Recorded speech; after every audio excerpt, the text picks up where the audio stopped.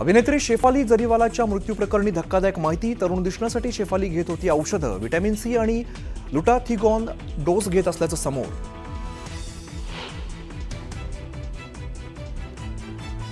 उपरुग्णालयात शेफालीच्या मृतदेहावर शवविच्छेदन पूर्ण. रुग्णवाहिकेतून शेफालीचा मृतदेह घराकडे रवाना. शवविच्छेदनातून मृत्यूचं नेमकं कारण समोर.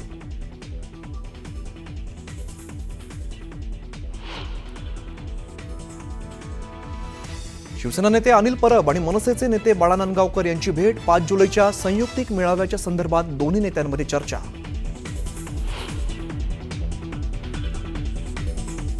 शैक्षणिक धोरण आम्ही तयार केलं नाही तर राष्ट्रीय धोरण हे केंद्रानं लादलंय. GR आम्ही नाही तर फडणवीसांनी काढला. मुख्यमंत्र्यांच्या आरोपांना संजय राऊतांचं उत्तर.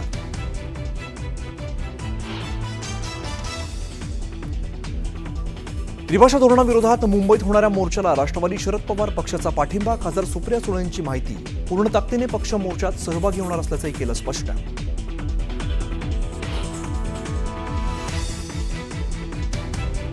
5 जुलैच्या मोर्चाची मनसेकडून जय्यत तयारी. संदीप देशपांडेंकडून पत्रक वाटप. रेल्वे स्टेशन आणि लोकलमध्ये जाऊन मुंबईकरांना मोर्चात सहभागी होण्याचं आवाहन.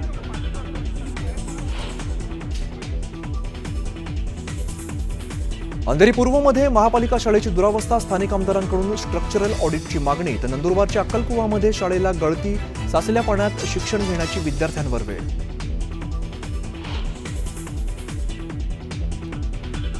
भोंग्याच्या मुद्द्यावरून भाजप आणि शिवसेना उभाटा आमनेसामने. भायखळ्यात भाजपाची बॅनरबाजी करत हिंदू बांधवांना विचारला सवाल.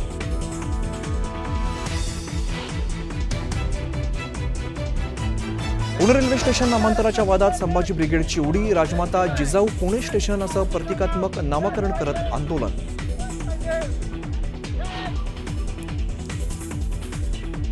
माळेगाव साखर कारखान्याची निवडणूक जिंकल्यानंतर अजित पवारांच्या उपस्थितीत मेळावा. दादांचं चेअरमन या फलकाने लक्ष वेधलं.